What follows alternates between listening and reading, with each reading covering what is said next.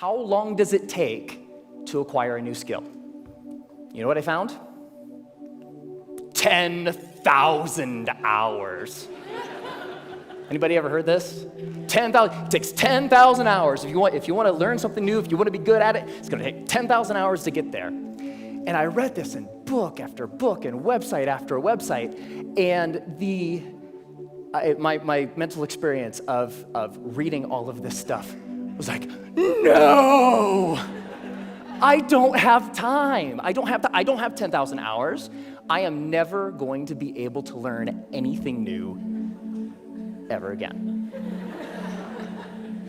But that's not true. So 10,000 hours, just to give you a rough order of magnitude, 10,000 hours is a full-time job for 5 years. That's a long time. And we've all had the experience of learning something new, and it didn't take us anywhere close to that amount of time, right? So what's up? There's something kind of funky going on here. What the research says and what we expect and have experiences, they don't match up. And what I found, here's the wrinkle. The 10,000 hour rule came out of studies of expert level performance. There was a professor at Florida State University. His name is K. Anders Ericsson. He's the originator of the 10,000 hour rule. And where that came from is he studied professional athletes, world-class musicians, chess grandmasters, all of these ultra-competitive folks in ultra-high-performing fields, and he tried to figure out how long does it take to get to the top of those kinds of fields. And what he found is the more deliberate practice, the more time that those individuals spent practicing the elements of whatever it is that they do, the more time you spend, the better you get. And the folks at the tippy top of their fields put in around 10,000 hours of practice. Now, we're talking about the game of telephone a little bit earlier. Here's what happened. An author by the name of Malcolm Gladwell wrote a book in 2007 called Outliers, the Story of Success. And the centerpiece of that book was the 10,000 hour rule. Practice a lot, practice well, and you will do extremely well. You reach the top of your field. So the message, what Dr. Ericsson was actually saying is, it takes 10,000 hours to get to the top of an ultra-competitive field in a very narrow subject. That's what that means. But here's what happened. Ever since Outliers came out, immediately came out, reached the top of the bestseller list, stayed there for 3 solid months. All of a sudden, the 10,000 hour rule was everywhere. And a society-wide game of telephone started to be played. So this message, it takes 10,000 hours to reach the top of an ultra-competitive field, became, it takes 10,000 hours to become an expert at something, which became, it takes 10,000 hours to become good at something, which became, it takes 10,000 hours to learn something. But that last statement, it takes 10,000 hours to learn something, it's not true. It's not true. So, what the research actually says, if I spent a lot of time here at the CSU library in the cognitive psychology stacks, because I'm a geek. And when you actually look at the studies of skill acquisition, you see over and over and over a graph like this. Now, researchers, whether they're studying a motor skill, something you do physically, or a mental skill, they like to study things that they can time, because you can quantify that, right? So they'll give research participants a little task, something that requires physical arrangement or something that requires learning a little mental trick, and they'll time how long a participant takes to complete the skill. And here's what this graph says. When you start, so when researchers gave participants a task, it took them a really long time because it was new and they were horrible. With a little bit of practice, they get better and better and better, and that early part of practice is really, really efficient. People get good at things with just a little bit of practice. Now, what's interesting to note is that if, we don't really, for skills that we want to learn for ourselves, we don't care so much about time, right? We just care about how good we are, whatever good happens to mean. So if we relabel performance time to how good you are, the graph flips, and you get this famous and widely known, this is the learning curve.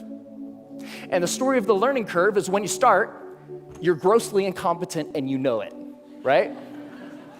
With a little bit of practice, you get really good really quick. So that early level of improvement is really fast. And then at a certain point, you reach a plateau, and the subsequent gains become much harder to get. They take more time to get. How long does it take from starting something and being grossly incompetent and knowing it to being reasonably good in, hopefully, as short a period of time as possible? So, how long does that take? Here's what my research says. 20 hours. That's it. You can go from knowing nothing about any skill that you can think of. Want to learn a language? Want to learn how to draw? Want to learn how to juggle flaming chainsaws? If you put 20 hours of focused, deliberate practice into that thing, you will be astounded at how good you are. 20 hours is doable. That's about 45 minutes a day for about a month, even skipping a couple days here and there. 20 hours isn't that hard to accumulate. Now, there's a method to doing this, because it's not like you can just start fiddling around for about 20 hours and expect these massive improvements. There's a way to practice intelligently. There's a way to practice efficiently that will make sure that you invest those 20 hours in the most effective way that you possibly can. And here's the method. It applies to anything. The first is to deconstruct the skill. Decide exactly what you want to be able to do when you're done, and then look into the skill and break it down into smaller and smaller pieces.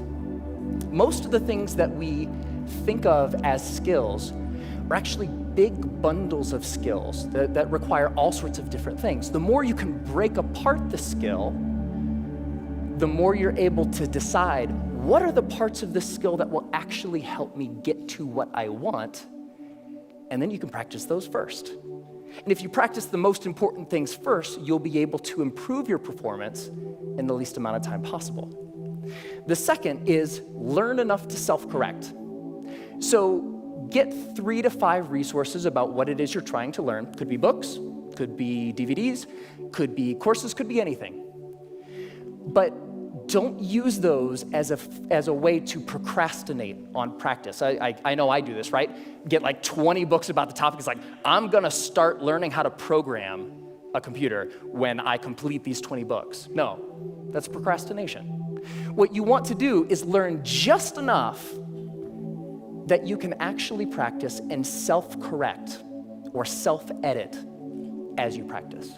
So the learning becomes a way of getting better at noticing when you're making a mistake and then doing something a little different. The third is to remove barriers to practice. Distractions, television, internet, all of these things that get in the way of you actually sitting down and doing the work.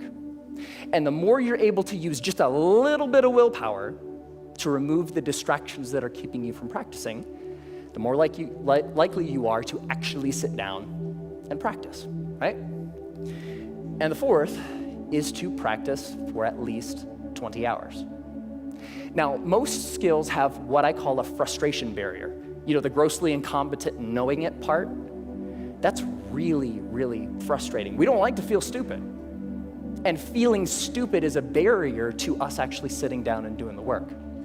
So by pre-committing to practicing whatever it is that you want to do for at least 20 hours, you will be able to overcome that initial frustration barrier and stick with the practice long enough to actually reap the rewards. All right, that's it. It's not rocket science. 4 very simple steps that you can use to learn anything. Now, this is easy to talk about in theory, but it's more fun to talk about in practice.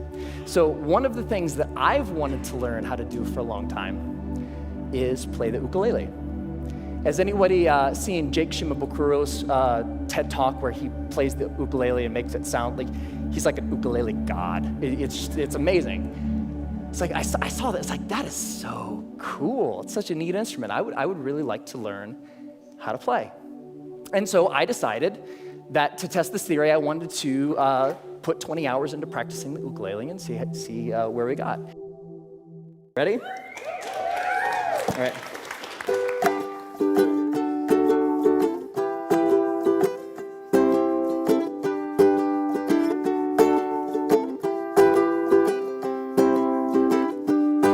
Just a small town girl living in a lonely world. She took the midnight train going anywhere. I heard that you settled down, that you found a girl, that you're married now. Every night in my dreams I see you, I feel you. That is how I know we'll go on. I won't hesitate no more. It cannot wait, I'm yours. 'Cause you are amazing. We did amazing things. If I could, then I would. I'd go wherever you will. And can you feel the love tonight? Live with or without you. When I find myself in times of trouble, Mother Mary comes to me. Sometimes I feel like I don't have a partner. No woman, no cry, Mama, this surely is a dream. I come from London under. Once a jolly swag man camped by a billabong. Hey, I just met you, and this is crazy. But here's my number, so call me. Hey, sexy lady, whoop, whoop, whoop, whoop, whoop 'em Gangnam Style. Time to say goodbye. Closing time. Every new beginning comes from some other beginning's end.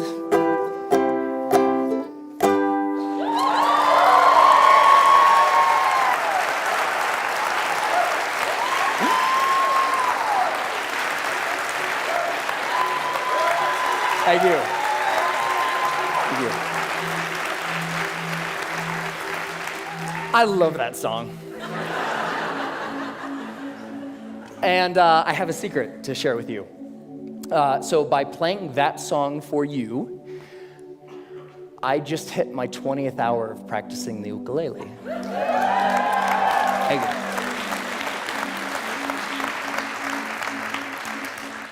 And so it's amazing, pretty much anything that you can think of. What do you want to do? The major barrier to learning something new is not intellectual.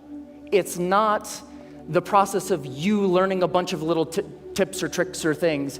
The major barrier is emotional. We're scared. Feeling stupid doesn't feel good. In the beginning of learning anything new, you feel really stupid. So the major barrier is not intellectual, it's emotional. But put 20 hours into anything. Doesn't matter. What do you want to learn? Do you want to learn language? Do you want to learn how to cook? Do you want to learn how to draw? What turns you on? What lights you up? Go out and do that thing. It only takes 20 hours. Have fun.